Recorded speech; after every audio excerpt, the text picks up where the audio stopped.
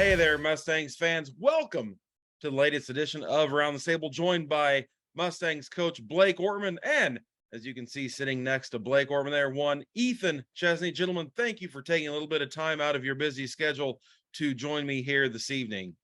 Not a problem, Josh. Always a pleasure. Yeah, of course. And NA3HL schedule being released. Blake and I just kind of talking about it here. Opening up the season at home, 4 straight at the Ortman Center, the 9th and 10th of September. Milwaukee coming to town. What is your anticipation with no training camp yet? But what is the anticipation coming in that first home opening weekend of the NA3HL season? I think, my anticipation is to win. I hate losing, so that's obviously our plan. And we're lucky this year. We're going to get to have a pretty extended training camp to kind of get the guys ready. And, we do a lot of details and stuff like that. So we get to teach the guys a lot. So just giving us a little bit more time to prepare ourselves, and everything will be good for us. And I think it's going to, let our guys kind of get their feet wet and kind of see what junior hockey is all about, and hopefully go in and have some success. But the most important thing, I think, early in the year for us is just going to be getting a lot of good reps and making sure the new guys are getting their feet wet and ready by playoff time. And speaking of home openers, Ethan, being a player, you've gone through that home opener twice now. What was it like that first game being at home, your first NA3 game on home ice? Granted, due to COVID, there were no fans in there, but is it easier, you think, playing that first game at home, or would it be easier on the road? I think it was a little easier at home just because you didn't have to travel, and your nerves weren't too bad. But no, it wasn't bad. I mean, I'm sure everyone's a little nervous on their first game. You just don't really know what to expect yet. But I think I adjusted pretty quick, and you realize, just as long as you're working hard, it's not that bad. So. And now, from a player and a coach's standpoint, like I mentioned, the first 4 games of the season at home, that's going to be the biggest homestand the Mustangs have this year. We have 3 4-game homestands, and then a long time away from the Ortman Center, which we had last season as well. I think we had a 10-game, 5-week road trip, but that's in the history book, so not important at this time. First road trip of the season, the 23rd and 24th of September, heading up to Milwaukee. Blake, getting these new guys in, guys that haven't necessarily made road trips, ridden the bus, stuff like that. How do you get these guys ready to rock and roll on the road?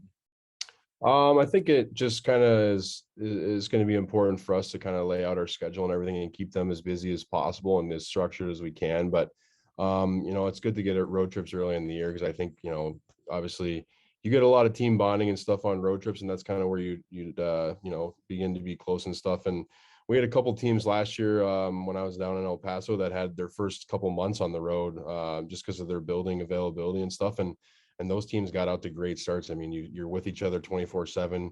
You're getting to know the guys and everything. And, I almost wish we could do that. Now, saying that, if I was doing it, I don't think I would enjoy it that much. But road trips are definitely big team builders. So for us, it's just going to be keeping those guys structured and everything. And then it's going to be up to the players and our leadership group to make sure everyone kind of gels together and, becomes a close team. I think they had a pretty close team last year. And obviously there's always room to grow and be a little bit closer to get over that hump and win that cup. But yeah, I'm excited for the road trip, and we'll definitely do our job to make sure everything is structured.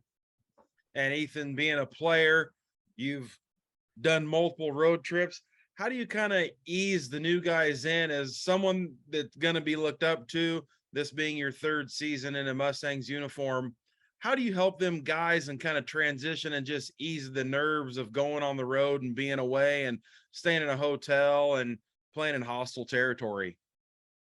I think it's just, I think just being older and stuff, just involve all the younger kids that come in, just make sure they're involved and they get talking and they get to know each other, and let them know like they're welcome anywhere. And, they're part of the team now, so they're part of the family. So I think it'll be good road trips, and staying in a hotel room with different players, you got to get to know everyone more, and, team lunches and even the bus rides. So I think it'll be good for everyone. And looking at the schedule, early October, getting right into it. This season, again, we're playing out of division teams. We play an out of division team this season, drawing the Granite City Lumberjacks. How does that kind of break up a little bit of the monotony of playing within your division and playing just divisional games, getting these out of division games, different opponent, different views, different stuff like that from a coaching standpoint? Well, it's obviously nice to see different faces a lot. I mean, I think it makes a lot of sense financially for a lot of teams in our league, and just location wise, travel wise, to play our divisions and how they're set up and everything. But it is nice to get out, and especially for our guys, I think they haven't. I don't think anybody on this team has gotten to play in Granite. I know I got to when I played, and Granite's it's a special place to play, and their fans are rowdy, and we don't have anything like that in our division. So it's going to be good to see how our players kind of react to that, because when you do get to that Fraser Cup, there's a lot of people in the building and it's pretty reckless. So going to a place like Granite, who's also, usually a powerhouse in the league, is going to be great for our team, just to kind of see where we match up. And we're big believers in development and everything. So for us, you want to play the best teams all the time. And as Granite being one of those people, we'd like to play them as many times as we possibly could. And we're lucky we get to play them 4 times this year. And they say, if you want to be the best, you got to beat the best. So it's nice to be able to play Rochester 8 times this year and Granite 4. Ethan, now kind of same question for you. Seeing a different opponent, getting different looks in, possibly different systems. How does that work as a player and having to make adjustments in your game and make sure guys are making the proper adjustments and adjusting on the fly as well? Obviously it's nice, to definitely play another team. You get to play another team out of the division and stuff like that. Especially like Blake said, Granite are usually pretty good. So it'll be nice to have a challenge. I like to have a challenge, but I don't think when it comes that time, I think as long as we're playing good, we just shouldn't change anything and just keep going. Just not really worry about who we're playing so much. Just play our game and I think we'll be good. And looking ahead, from November 25th, which I'm going to assume is right around Thanksgiving, get your pillows and your foam pads ready and make sure the bus has fuel in it, because a long stretch away from the Owen Center there, not back home until after the flip of the calendar on January 6th, sandwiched in between there, the NA3HL Showcase as well. So that is 3 more games away from home. That I do believe is December 19th through the 21st. But getting ready for a long span like that as a coach, Blake, and making sure guys are getting enough sleep, nutrition, how do you get them guys to adjust to something playing away from home like that and a lot of windshield time in a bus? Well, it's definitely going to be a big challenge for us, and it's going to be kind of a character builder for our team to see what we're made of, because we always call them here the dog days, and obviously the weather's not great that time of the year. So I think we're very fortunate where the league let us go on the road for that long stretch up to Minnesota and all those weekends. So I'm so grateful that we get to spend all that time on the road during those months. But no, on a serious note, it's just something that we're gonna have to fight through as a team. And I mean, it's gonna help us in the long run, kind of battling through a long stretch of road trips, especially, with the weather and the dog days, and you're getting close to Christmas and you're trying to overcome that adversity where you're thinking about a little bit, you're already on break, and kind of just fighting through that's going to help us in the long run. I think, especially if we want to make a deep playoff run, it's going to be something as a team we're going to have to, kind of work together. The leadership group's going to have to sit everyone down and say, look, we got to fight through this, and we got to just rack up as many points as we can in this time, and just kind of see what this team's made of. And you hit the nail on the head. Heading to Minnesota in that span of a little over 1 month, 3 trips to Minnesota, 2 to the Rochester Recplex, and then 1 to that NA3HL Showcase in Blaine, Minnesota. And that's one of the things, kind of like looking at the schedule, just kind of reaches out and slaps you right in the face. The beginning of December, 2 games up in Rochester, and then to end the month of December, the 30th and 31st, back up there in Rochester, Minnesota. Those games, Ethan, Rochester, you've been a part of them, the atmosphere. How are you going to get these guys up and ready to rock and roll playing a team like Rochester? Because they're going to be good, and just making sure the nerves aren't there with some of these new younger guys. Yeah, no, I think, like I said, like me playing Rochester, I've played them for 2 years now, and they're always usually good, but usually, I like the challenge, so it's always fun to play against them, especially now that they won last year. Everyone's going to want to beat them, but I think a big thing is just me, just being a leader and just letting the guys know that, just because it's Rochester and just because they won the league last year doesn't mean they gotta, be too nervous, or they can't be scared, stuff like that. They can't back down. Just play their game. Kind of an intimidating building to go in and play as well. So then, coming back after the flip of the calendar, have 4 more at home, Wausau and Oregon. Of course, with Oregon, it's going to be kind of a personal thing here, getting knocked out of the playoffs. And then Rochester twice at home towards the tail end of the season. How do you get these guys looking at this schedule, February 3rd, 4th, and 5th, a 3-3 versus Wausau? However, the first 2 games are up in Wisconsin. That third game on a Sunday afternoon back in Peoria. Blake, some of these younger guys not ever having the opportunity to play a 3-3. I know you and I have talked about it a couple times when we've had 3-3s, but these new guys coming in, especially towards the tail end of a season with conditioning and guys being tired and kind of run down a little bit. How as a coach do you prepare them both mentally and physically for that, especially a home and home type series? Well, I mean, you kind of touched on it earlier. It's how they take care of their bodies, and we just have to make sure that they're mature enough to, do what we're telling them to do. Obviously, we're going to give them the plan of success and tell them what they need to eat, what they need to drink, stuff like that, how much they need to sleep, how we're working out in the gym, how we're practicing. Everything is going to be very crucial. But at the end of the day, it's that's part of junior hockey, is growing up as a person and a player and realizing what you need to do to prepare your body. And, everyone's recipe is not the same. So, for Ches, it could be he needs to eat 7 chicken breasts a day and make sure that he's drinking Gatorades or whatever. And for someone else, it could just be getting a little bit extra sleep at night. So we're going to have to do our jobs as coaches and, obviously our training staff to find out what the recipe for each individual player is, and just make sure that we're hammering down on that right out of the gate. So that way it's just a routine for them. And then, those bus trips aren't as long as they should be. And everyone's kind of, playing their game and we're succeeding. And then to wrap up the season, we're looking at late February, early March. Always hate to put the cart before the horse when it comes to the hockey season, but sometimes when you're reviewing a schedule, you look ahead. Couple games that stick out to me: the 25th and 26th of February, a Saturday, Sunday, down in Afton, Missouri, playing rival St. Louis, and then coming back home for the season finale with Wausau in town. Kind of a quick turnaround there, being on a Sunday afternoon game and then a Saturday evening game. Getting these new, I know I refer to this as getting these new guys in here, and by this time they'll probably, at point of the season, they'll probably be used to it. But how do you get these quick turns when you play a Sunday and then you got to be ready in 4 more days for a Friday night game? How do you get these guys in motion for that?